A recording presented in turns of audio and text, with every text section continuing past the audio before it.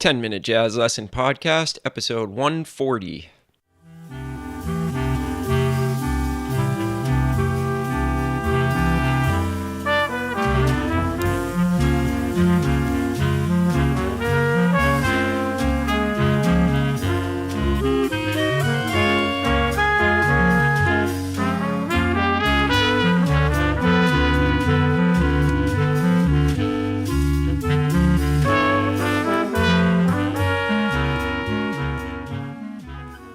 Hey everybody, welcome back into episode 140 of the 10-Minute Jazz Lesson Podcast. My name is Nick Manella.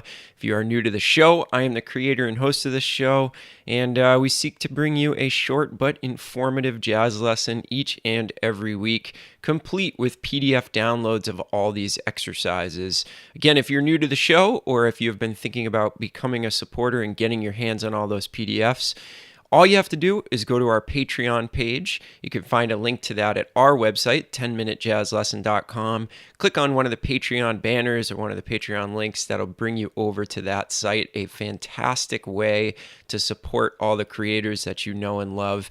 It only costs you $3 a month to get all of the PDFs we've ever done, all 140 episodes, and every PDF going forward from here on out. So if you've been thinking about becoming a supporter, now is the time to do it. There is so much jazz education materials over there, you would not even believe it, and it's less than a cup of coffee per month. So I wanted to give a quick shout out to everybody that has signed up to become a patron this week. Thank you to Jeremy. Thank you to Leslie, who is actually one of my Skype students, an awesome saxophone player from the UK.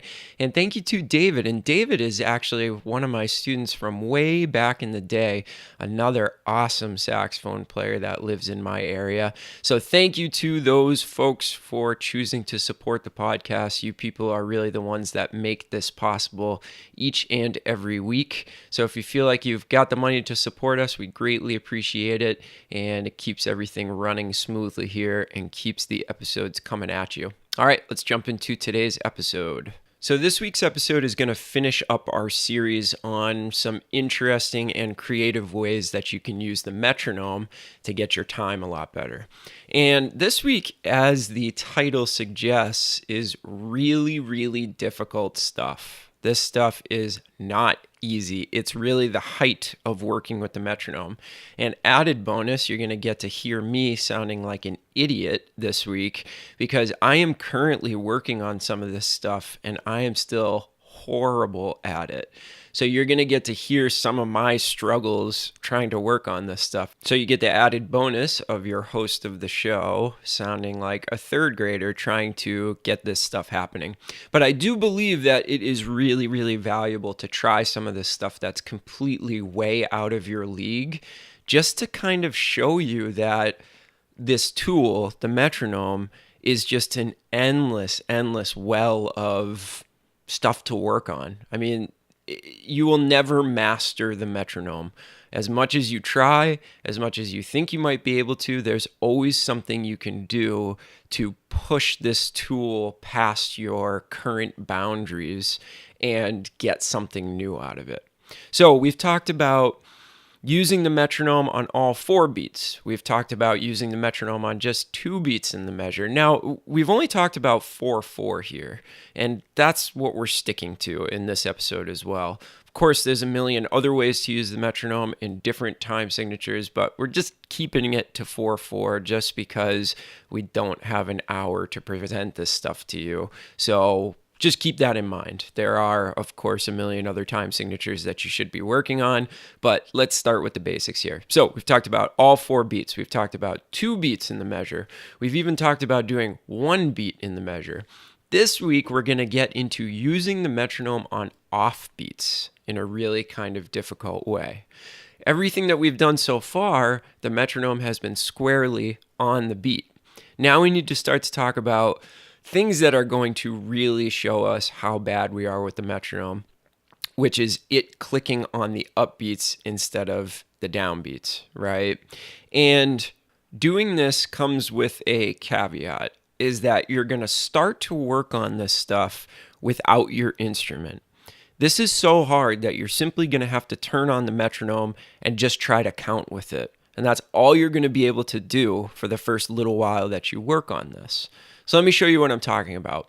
So imagine that I want to put the metronome on all 4 beats, but the metronome clicks are going to be the and of every beat. So what I'm going to do right now is I'm just going to simply turn on the metronome at a slow tempo. And I want you to sit there at home and try to count the measure with the metronome on the offbeats. So you're going to be saying 1, 2, 3, 4 opposite of the metronome. And just hearing it on the offbeats is the first real challenge to this.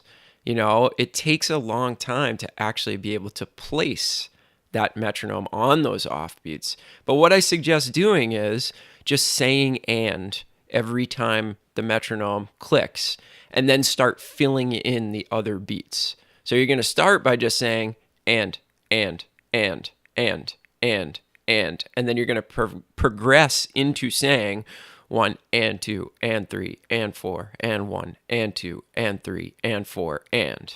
Okay, so try that. Let me just put on the metronome for about 15 seconds or so, and I want you to just practice this in the car, at home, wherever you are, and see if you can start working on it this way.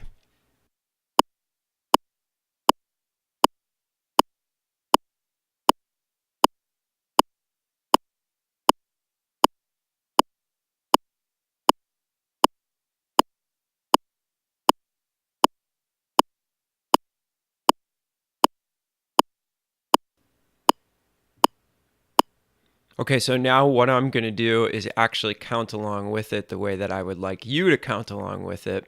The thing that really makes this tough is when you're counting with swing eighth notes, because they're not completely even. So if you want to start by counting straight eighth notes, that's a lot easier, but we're going to jump right to the swing since that's, you know, most of the music that we play has those swing-based eighth notes. So here is how I handle it. And 1 and 2 and 3 and 4 and 1 and 2 and 3 and 4 and. Now I think if you do it this way, you should start, you know, seeing some progress. Now remember, we haven't even picked up our instrument, and this is so difficult that we have to do it away from the instrument first. Okay, so once you start to get that down, right, what you're going to want to do is, and here's the way that I started practicing this stuff that I found to be very, very helpful. I want you to pick like a really, really simple melody. So the example that I like to use is C Jam Blues, the Duke Ellington tune. And the reason why I choose this is because there's a lot of space in it. It's a very, very repetitive melody, and it's not going to be way too difficult to start working on this with. You're not going to choose like Confirmation or something like that and start working on this way of playing with the metronome. Start with something super simple like that. On the PDF this week, I have a list of other tunes that you can use to work on this brand new metronome concept with. Okay, so let's check out me playing C Jam Blues with the metronome on the upbeats and see if I can do it. I have a feeling that it's not going to be so good, but let's try it. Here we go.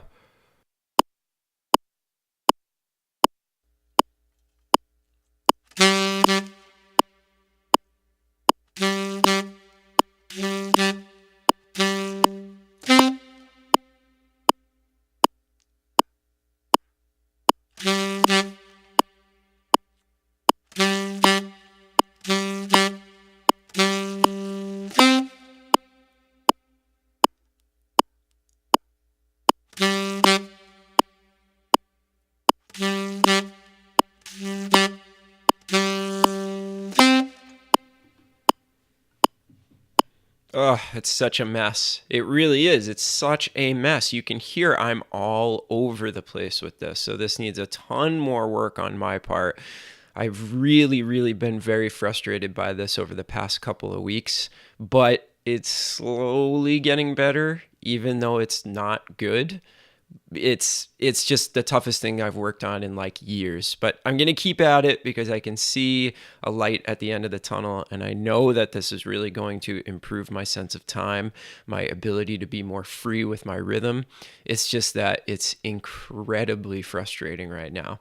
Okay, so here's a way to take this even up a notch, which you probably don't need to do. Probably nobody needs to do this, but let's just be gluttons for punishment here. What if we did the off beats, but only in two parts of the measure? So what if we did off beats on the and of 2 and the and of 4? Let's see how terribly I can play in front of you guys with this.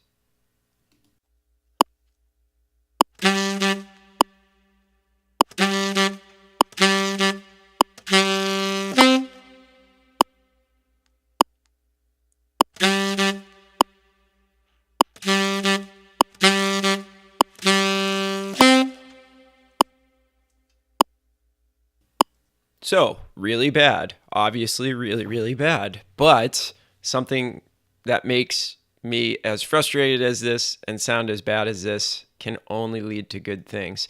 It's crazy because your brain just wants it to be on the beat so badly that it will just trick you into playing it on the beat. But it's like anything else. The longer that you do this, the more used to it you get. And then, like any other skill, it starts to become second nature. Now, I've even heard of people doing this just on the and of 4 or just on the and of 3. And that is beyond my comprehension level right now, but I hope to get there someday. Some of the masters of this music for sure can do that, and it's something to strive for. So, try this. Don't work on it for too long or your brain will start to hurt worse than anything I've ever showed you. But try a little bit of this and just see how out of your league it is, because it's really eye-opening to just test and see how hard this is. But if you're somebody that needs to work on the basics first, go back to the previous 2 episodes and start working on that stuff before you even think about working on this. All right. Thanks for tuning in, everybody. Send me an email. Do you have any other cool metronome games that I can share with the audience? Something that you do that works for you, that you feel like makes your time better. And let's just all really strive to make 2019 the year that we really get our sense of time happening. We really button up any of the holes we have in that part of our playing. I think that's a great goal for the year. All right, that's going to do it for this week's episode. Remember to head over to Patreon, get your hands on all of the PDFs we've ever done, and you can feel good that you are supporting this podcast and keeping it coming at you every week. I'm going to talk to you next week about a few new products we're going to have in the store, some really cool, really low price stuff that everybody should be getting their hands on. And have a great weekend, everybody. We'll talk to you soon. Bye.